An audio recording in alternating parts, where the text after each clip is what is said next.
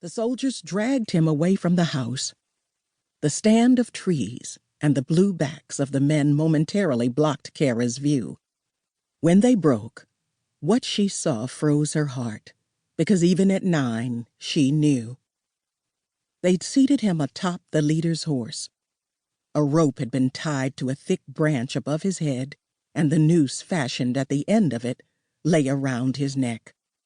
One of the men gave a sudden slap to the animal's rump and sent it racing across the field, leaving her grandfather to dangle, jerk, and finally slump into death.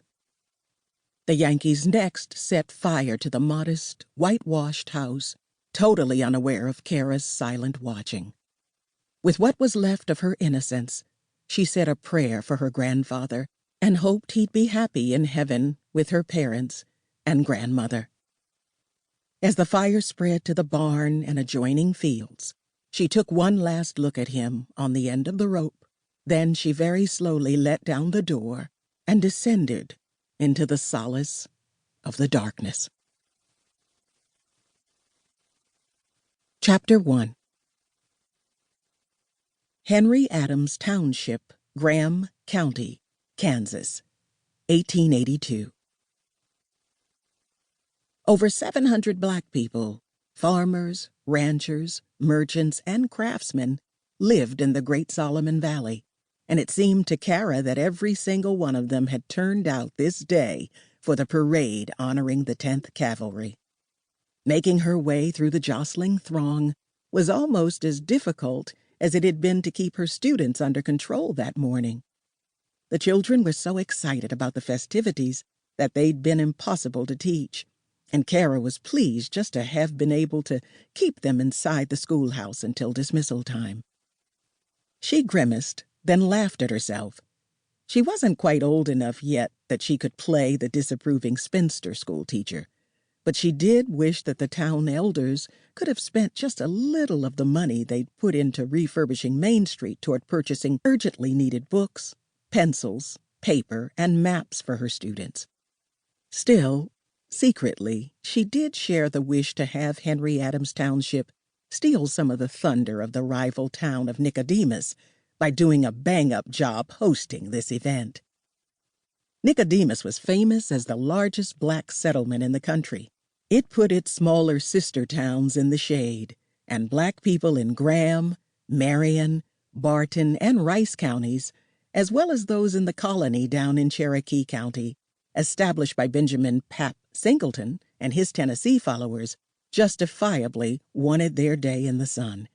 And a fine day in the sun this was, too.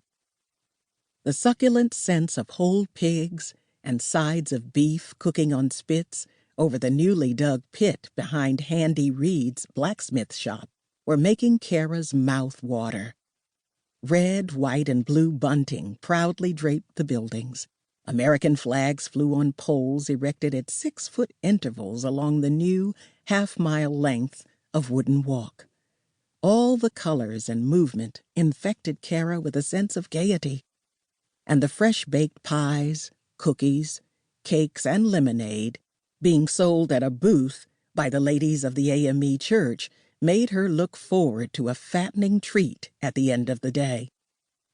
Pushing her way through the throng, Cara at last was able to see her boarding house, such a short distance from school and so clearly visible at the end of the street on any normal day.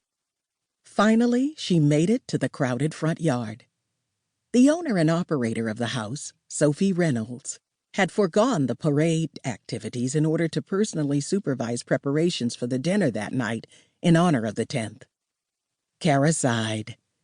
In the 2 years she'd lived in this house, every good thing she'd heard about Sophie from the wagon drivers who'd brought her to the valley had been confirmed.